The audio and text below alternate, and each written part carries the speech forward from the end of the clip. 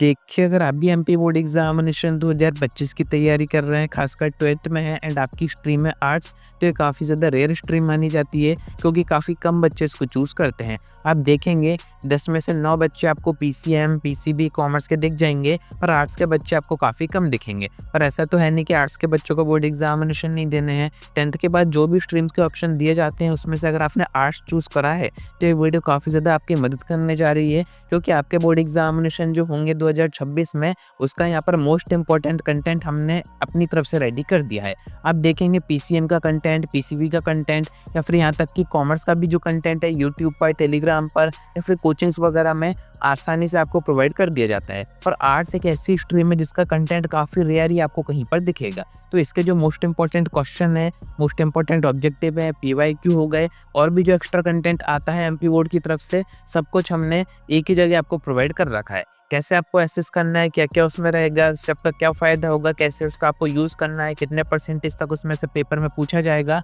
पूरी इन्फॉर्मेशन मैं आपको आगे देता हूँ। वीडियो में एंड तक बने रहिए।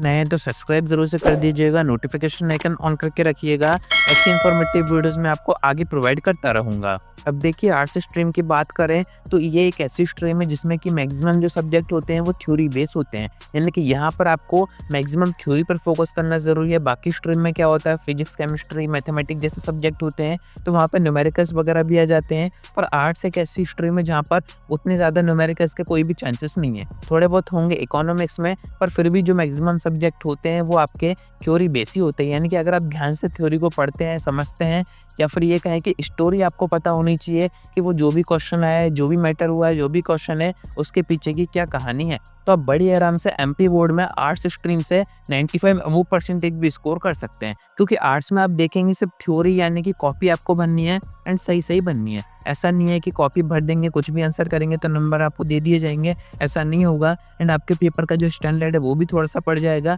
यानी कि आपसे थोड़े से डीप क्वेश्चन पूछे जाएंगे। अगर आपके हिस्ट्री की बात करें तो वहाँ पर आपको ईयर्स वगैरह ज़्यादा याद करने पड़ते हैं। ज्योग्राफी की बात करें, वहाँ पर आपको एरियाज वगैरह का जो कैलकुलेशन है वो याद करना पड़ता है। ऐसे ही आपके और भी जो सब्जेक्ट है, पॉलिटिकल साइंस हो गया, वहाँ पर आपको जो भी एक्ट्स वगैरह है वो याद करने रहते हैं। तो ऐसे में हमने आपका यहाँ पर मोस्ट इंपॉर्टेंट कंटेंट रेडी कर दिया है। अब उस कंटेंट में क्या क्या रहेगा वो मैं बताता हूँ, साथ में इसको आप कहाँ से डाउनलोड कर सकते हैं, कैसे एक्सेस कर सकते हैं। क्योंकि इसमें हमने आपको ऑब्जेक्टिव दे रखे हैं, आपके शॉर्ट क्वेश्चन दे रखे हैं, बड़े क्वेश्चन दे रखे हैं, पीवाईक्यू के क्वेश्चन दे रखे हैं, यानी कि आपको कहीं पर भी ढूंढने की जरूरत नहीं पड़ेगी। पूरा कंटेंट आप एक ही जगह से एक्सेस कर पाएंगे। अब देखिए, पीडीएफ में आपको एक एक सब्जेक्ट वाइज बता देता हूँ। फर्स्ट अपन यहाँ पर हिस्ट्री का देखते हैं। जो भी आपके मेन सब्जेक्ट हैं, जो भी आपने चूज़ किए होंगे, 4 से 5 सब्जेक्ट आर्ट्स स्ट्रीम में आते हैं, जो भी आपने चूज़ किए हैं उसके अकॉर्डिंग कंटेंट हमने यहाँ पर बना रखा है। जैसे कि फर्स्ट में आपको इकोनॉमिक्स का पीडीएफ दिखा देता हूँ। इसमें हमने आपको काफ़ी ज़्यादा डिटेल में सारी चीज़ें दे रखी हैं, यानी कि आप एक बार अगर इन नोट्स को पूरा पढ़ के जाते हैं, आपके माइंड में ऑटोमेटिक चीज़ें फिक्स हो जाएंगी कि कहाँ पर आपको क्या करना है। मैंने आपको बता ही दिया है कि आर्ट जैसे सब्जेक्ट में सिर्फ थ्योरी मैटर करती है, यानी कि आपको स्टोरी पता होनी चाहिए, कहानी पता होनी चाहिए, थ्योरी बनानी आपको आनी चाहिए। पेपर में आपके आराम से अच्छे नंबर आ जाएंगे। इसमें नंबर कटने के काफ़ी कम चांसेस होते हैं क्योंकि थ्योरी बेस्ड पेपर टीचर भी ऊपर से चेक करते हैं। वो बस ये देख रहे होते हैं कि आपको उसके बारे में इन्फॉर्मेशन है या फिर नहीं है। जो नंबर कटते हैं वो है ऑब्जेक्टिव्स, तो उसमें भी आपको परेशान नहीं होना है। ऑब्जेक्टिव भी हमने आपको इसी पीडीएफ में दे रखे हैं, छोटे क्वेश्चन, बड़े क्वेश्चन और तीसरा कोई भी टाइप का क्वेश्चन इसमें बनता ही नहीं है।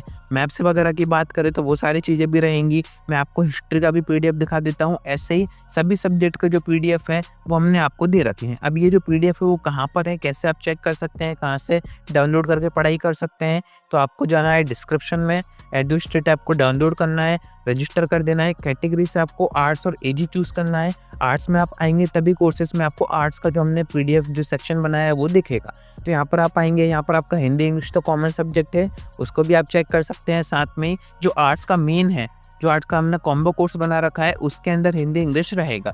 तो अगर आप आर्ट्स का ये कोर्स बाय करते हैं तो इसके अंदर सारे पीडीएफ रहेंगे जो कि मैंने आपको अभी दिखाए थे। बाकी सब्जेक्ट के भी आप यहाँ पर देख सकते हैं। काफ़ी ज़्यादा इन्फॉर्मेशन इनमें हमने आपको दे रखी है एंड काफ़ी ज़्यादा ईजी लैंग्वेज में दे रखी है, जिससे कि आप इसको एक बार पढ़ के जाएंगे तो आपके दिमाग में चीज़ें बैठ जाएंगी। ऐसा नहीं है कि आपको कोई बुक्स पढ़नी पड़ेंगी, कोई गाइड्स पढ़नी पड़ेंगी, बौद्ध दिन पढ़नी पड़ेगी। वैसे तो हम बौद्ध दिन के पीडीएफ भी इसी में अपडेट कर देंगे, तो आपको इधर उधर भटकना नहीं पड़ेगा। एमपी बोर्ड की अगर आप तैयारी कर रहे हैं तो ये एक पीडीएफ काफ़ी है। इससे आपकी पूरी तैयारी हो जाएगी। बस आपको करना क्या रहेगा, आपको अपने सिलेबस के अकॉर्डिंग चैप्टर्स में से कवर करते जाना है। जैसे अभी आप जहाँ पर भी हैं, अभी आपकी अर्धवार्षिक परीक्षाएँ होंगी, तो उसके अकॉर्डिंग आप सिलेबस कवर कीजिए। फिर आपकी जब प्री बोर्ड होंगी, उसमें कि पूरा सिलेबस आएगा, तो आपको पूरा पीडीएफ पढ़ना पड़ेगा। इससे आप चाहें तो खुद अपने नोट्स बना सकते हैं या फिर इनको ही आप प्रिंट करवा के रख सकते हैं, यही आपका नोट्स का काम करेंगे। तो यहाँ पर आपकी किसी भी गाइड की, बुक की, परीक्षा बोधित दिन की ज़रूरत खत्म हो जाती है, क्योंकि इसी पीडीएफ से आपका पूरा पेपर बनेगा। मैं आपको बता सकता हूँ कि 90-95% तक क्वेश्चन आपके यहीं से पूछे जाएंगे, क्योंकि ये जो पीडीएफ हमने बनाया है काफ़ी ज़्यादा रिसर्च, एमपी बोर्ड के पीवाईक्यू को देख के सारी चीज़ें एनालाइज करके ही सेट किए हैं। तो ज़रूर से डिस्क्रिप्शन से आप चेक कर सकते हैं। आज की वीडियो में इतना ही। कोई डाउट आता है कमेंट करके पूछ सकते हैं, या फिर आप डायरेक्ट मुझसे इंस्टाग्राम पर डीएम करके बात भी कर सकते हैं।